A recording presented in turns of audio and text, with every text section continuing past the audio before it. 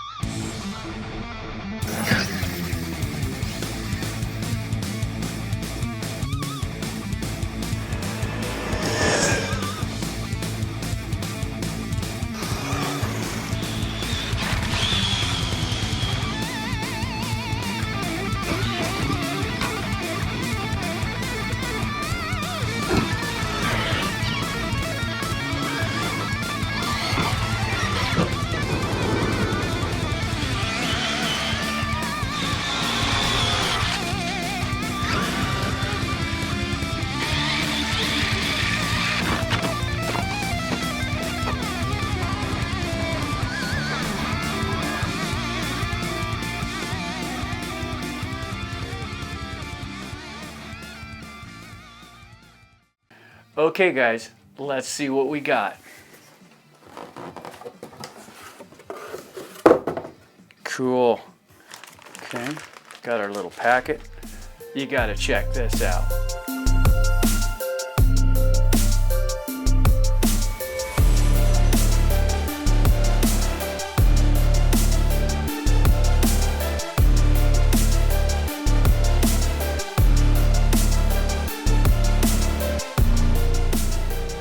So let's see how to get this off of here.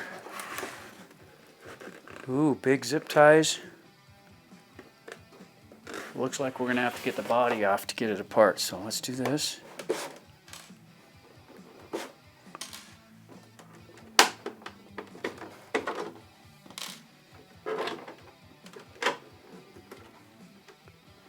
Ooh, hey, there's lights and everything. Okay.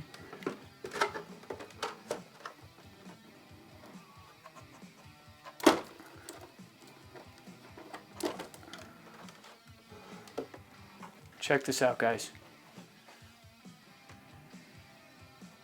Isn't that cool? That is bad. I like that. Okay, let's get this off the cardboard.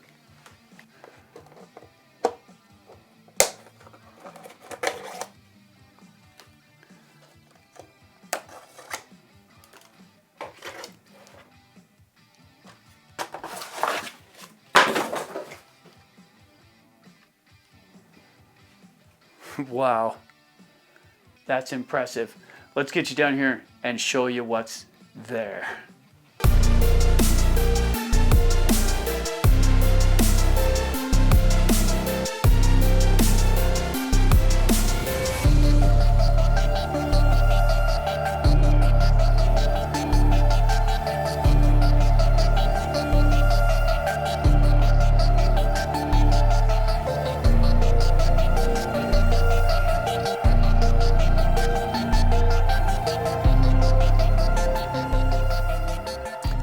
That's absolutely awesome. However, before we go over the car, let's find out what came in the box. Okay, so first off, here's the packet. Let's see what comes inside. There we go. So it has a basic tool kit. That's pretty simple right there. It's got a wrench for the tires and whatnot, and a couple of simple Allen wrenches. Okay, there's your Horizon Hobby swag deal. Some bodies there that you can get from Proline. It's got a sticker kit so you can personalize it. It's got some aftermarket parts that you can put on them and make them look pretty cool, make them work a little stronger. And of course, it does have the manual. Also, right here, it's got all of your parts that you'll need, the part numbers and everything. They're in this smaller packet here. This small packet is going to be real easy to lose, guys. It's really thin and flimsy, but it does have all the part numbers you'll need to replace everything on the car. This one right here will tell you everything you need to how to set it up and get it running right away, how to tune it. Everything's right there, guys. So that's what comes in the packet. As far as the box here, let's have a look inside and see what we got here. Oh, nice. What we have here is the SLT3. Now I have a couple of these, and I haven't really got to play with those much. It's a decent radio from what I hear, but I've never actually got to use one, so this will be new to me. It feels pretty good on the steering. Trigger's got good speed to it. It's got pretty rudimentary controls here. It does have a limiter on the back for the throttle. It's got 50, 75, and 100%. It's got your servo reversing there. Just a pretty simple radio, guys. That's it. And Losi is known for giving you batteries with the radios, so that's cool. Okay guys, so let's get into the car here and have a look. We've got the radio box here on the right side, and it's a sealed box, and it should do pretty well at keeping your radio out of the weather. We've got the speed control here, capable of 2 or 3S, and it's a nice unit with a fan on the top. Pretty basic servo there for the steering controls.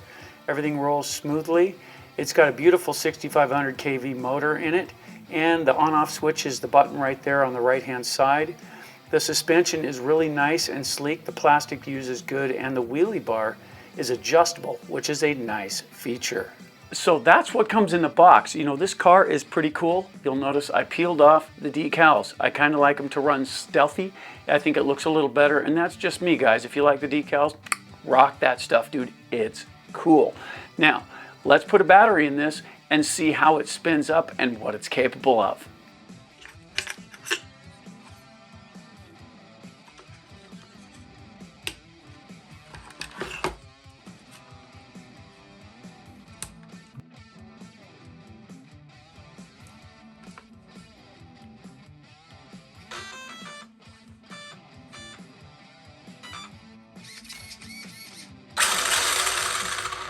Here we go, guys. The rev test on 2S, 100%.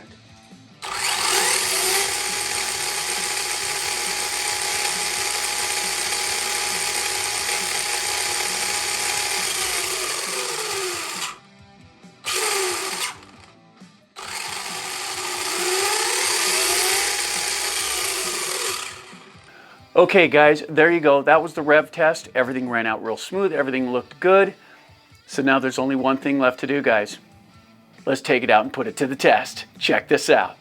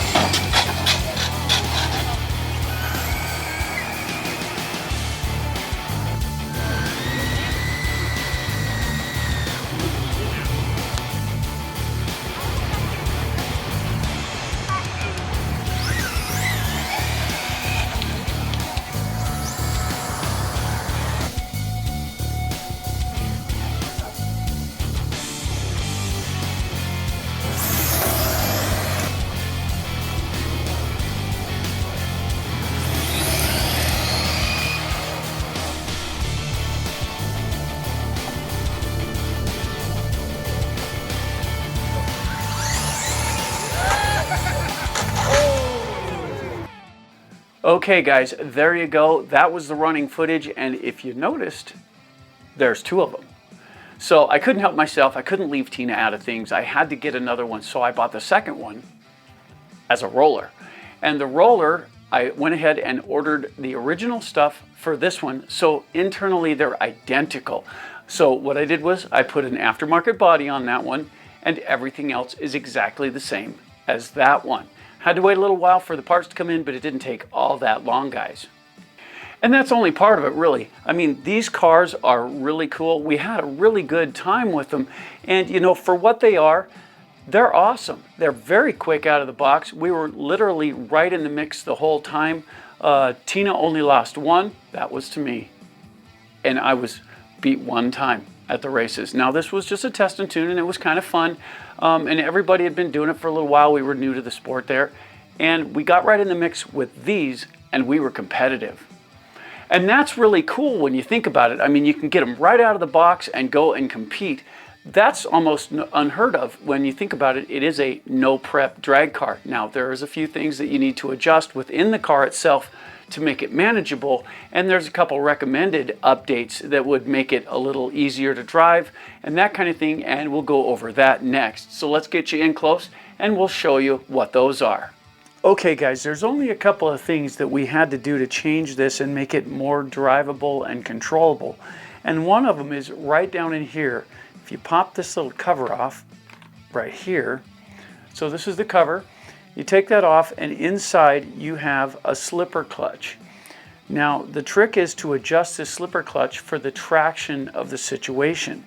Now there is a spring here and a nut that you adjust to apply pressure on these two plates. Now there's a plate on each side of this driver disc, and this is of course your secondary gear, your pinions down here. So what it does is these plates press against that gear on the slippers, and you can cause it to add drag. So if you hold this down and say you're holding it right here and you give it some throttle, if this is tight, it's just going to spin the tires, and that'll give you difficulty in control. Now, if you back this nut off a little bit here, it's going to allow this to spin and not fry the tires. So you need to adjust it to where it just barely turns them under power, and that gives you a pretty even mix of traction versus torque, which makes it more drivable. And on top of that, guys, right here, we swapped out the receiver. Now this one is a 6-channel receiver, and it was necessary to get rid of the box. Now this particular receiver is already waterproof, so we didn't need the box in the first place. So, and we don't run this particular kind of car in the wet conditions anyway. However, what we wound up doing was switching the radio for a DX3.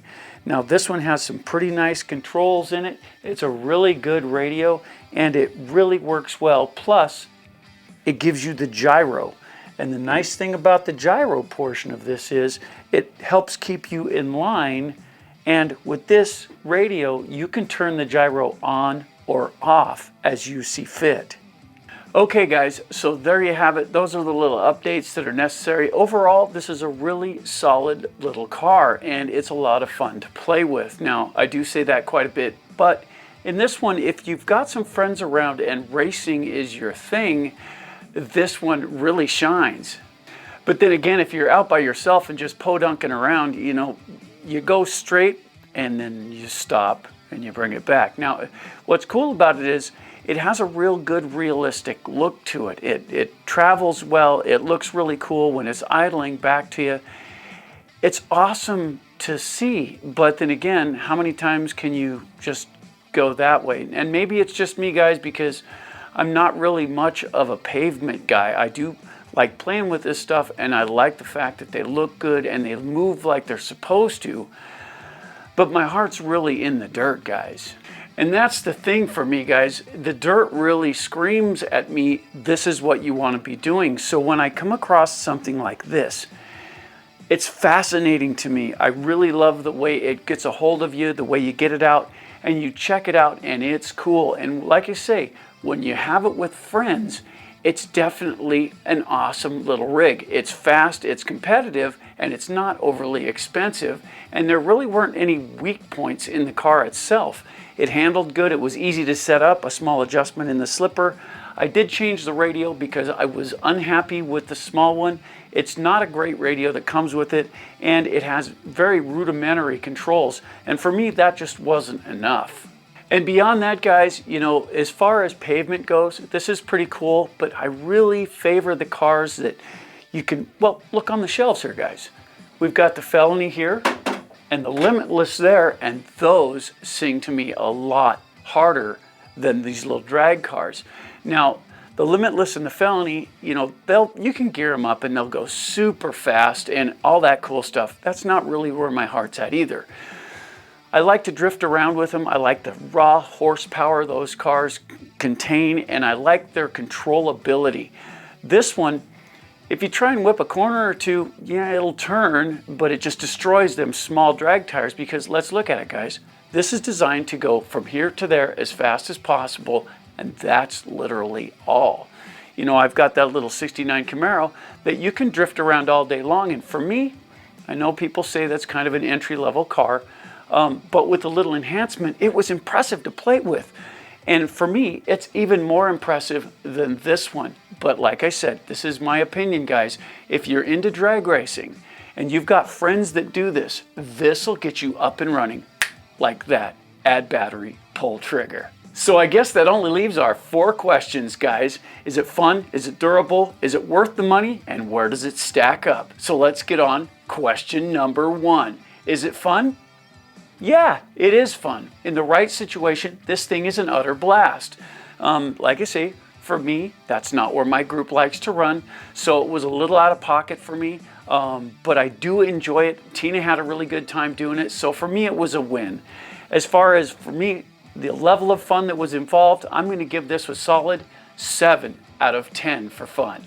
Question number 2, is it durable? Well, you know, we didn't have a whole lot of problems with the car. It was easy to set up. It was easy to control. We did get a little rub down here and there, nothing major, no cartwheels, no tumbles. So durability, I can't really speak a whole lot to that. We had absolutely no failures in the car whatsoever. The choice of changing out the radio was strictly my choice because I wanted more controls than was offered.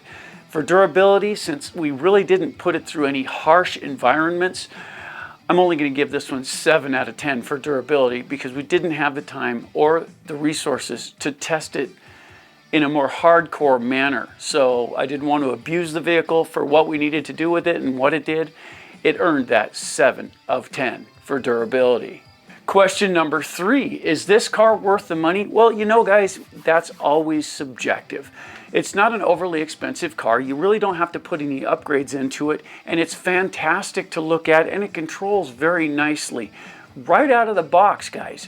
And as far as that goes, for what it is, if this is what you're looking for, and guys, really, take a look at this thing, guys.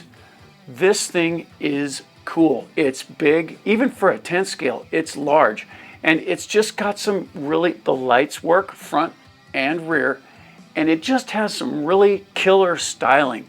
It's really well built. Losi knows how to put these things together. Losi knows how to win races, guys, and that's what these things do. So as far as, is this thing worth the money?